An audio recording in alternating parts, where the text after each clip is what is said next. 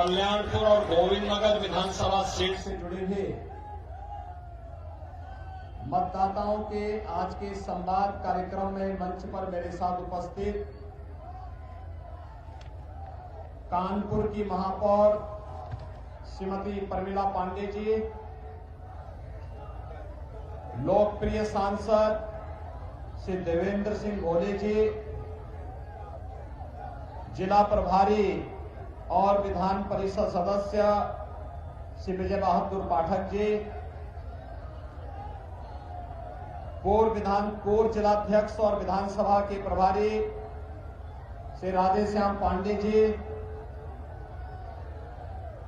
शैलेंद्र दीक्षित जी, रमेश वर्मा जी, निर्मल तिवारी जी, दिनेश अवस्थी जी,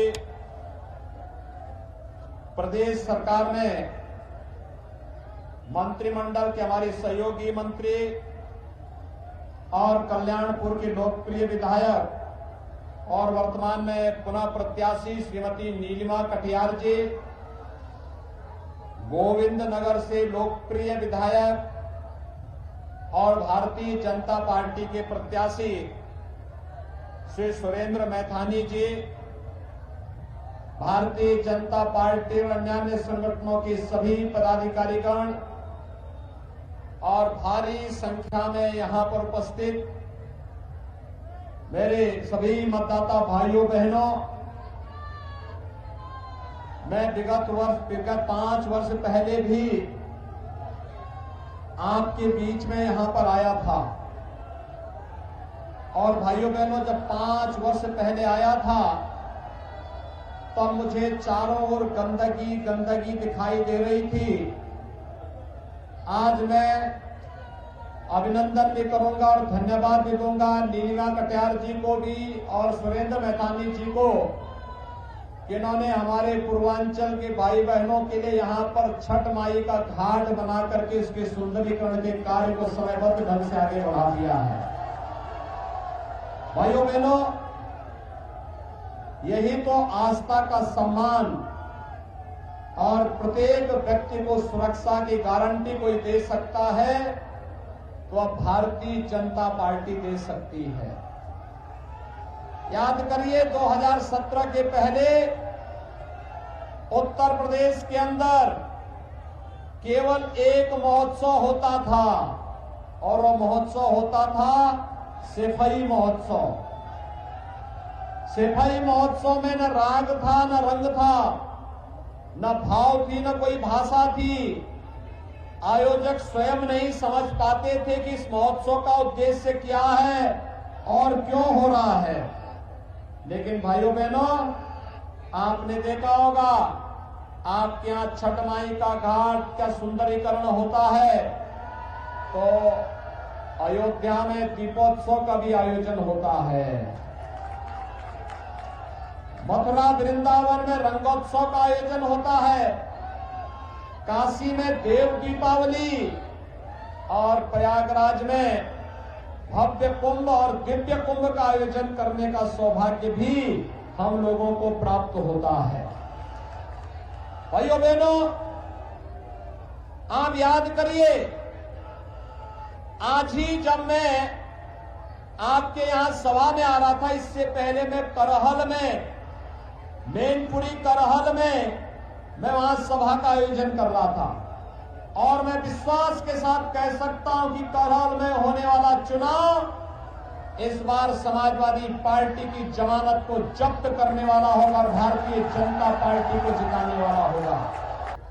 भाइयों बहनों, भारतीय जनता पार्टी प्रथम 2 चरण में प्रचंड बहुमत के साथ सरकार बनाने की ओर अग्रसर है। तीसरे चरण में 20 फरवरी को चुनाव होने हैं। 20 फरवरी को 59 विधानसभा सीटों पर चुनाव होने हैं और मैं आपका आह्वान करने के लिए आया हूं।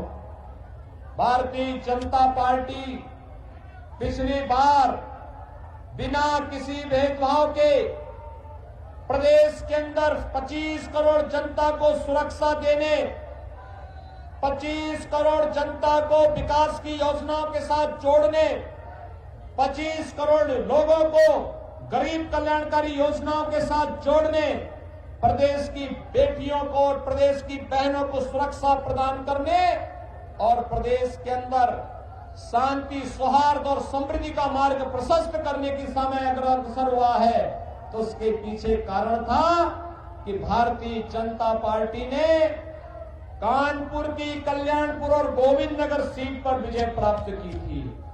और मैं एक बार फिर से आपका आह्वान करने के लिए आया हूं, आप इन दोनों विधानसभा सीटों पर भारतीय जनता पार्टी को विजयी बनाएंगे।